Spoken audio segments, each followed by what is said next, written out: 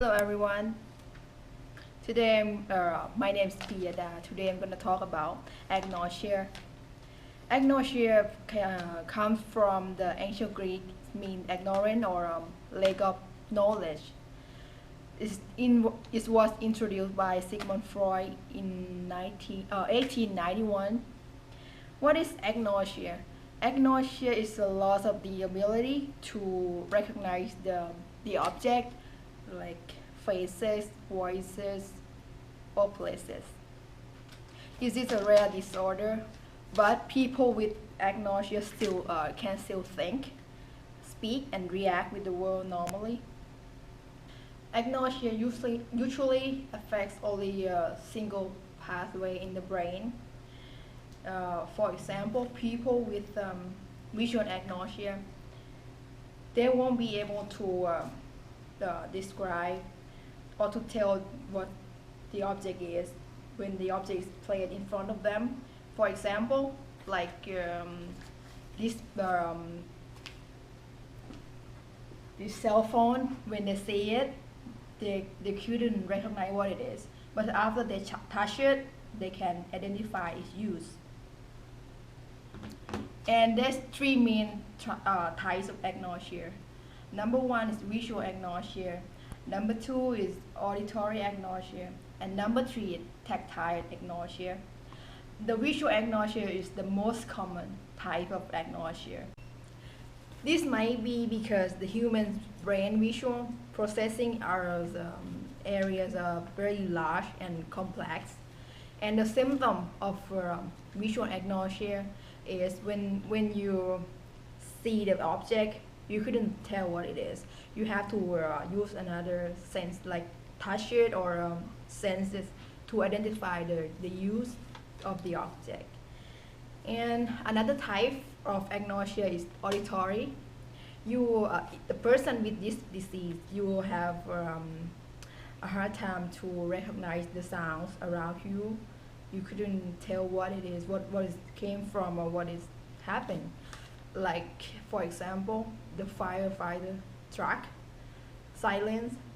When the people with this disease, they couldn't tell what it is. But when they see it, the firefighter truck and the silence, they can tell that's the firefighter truck. And after this, Celso will talk about which part of the brain that causes agnosia disease. Everybody, I'm Celso. First, we need to know that agnosia is a disease caused by accident, the brain damage, or a hereditary disease from family to family. That means like most of the people it comes from accidents. What's happened with agnosia? Agnosia is a disease that create a problem in the temporal lobe, where is all the temporal information are centered. That means like information such as hearing sensors, touching, listening, or vision. It's necessary it's all connected to that area. If I have some damage on that area, it will create a problem with this. I cannot connect between the memory information and the temporal information. This part in the back of the brain is a temporal lobe. Most of this part is where the agnosia. For example, if you see like this green part is responsible for the auditory agnosia. If we add the yellow part in the back is responsible for the hearing agnosia.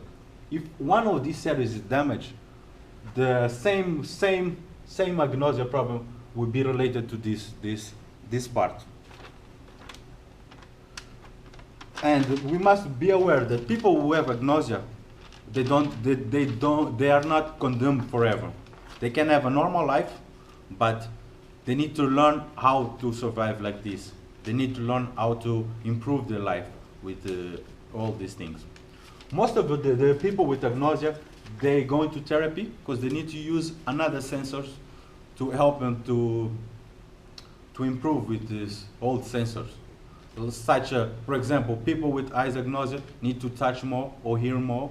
People with vision agnosia, in that case, people with hearing agnosia need to see the things more or touch the things. So you need to have another sensors to help him to improve the agnosia disease. Thank you. So my colleague Abdul will talk about more the disease and if there is a cure or not. To sum up, is there a cure for agnosia or not? Unfortunately, scientists and researchers try to solve this problem and they want to find a cure for this problem, for this agnosia. But actually there is no cure for agnosia. Yet they gave individuals with agnosia some therapy to help them to live with agnosia. However, individuals with agnosia, with auditory agnosia, you can use like visual information instead of auditory information. Furthermore, they can use also what else? Tactile information in replacement of auditory information.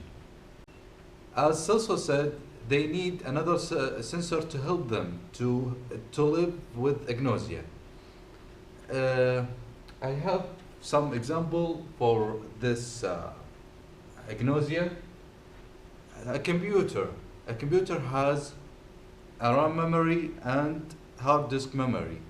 So, but actually, the computer cannot work without a RAM memory, as we see.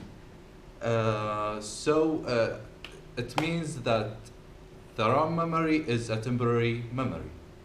Scott, we did our best to talk about agnosia. We all did our research. Pieda. Abdullah. Celso, and thank you very much.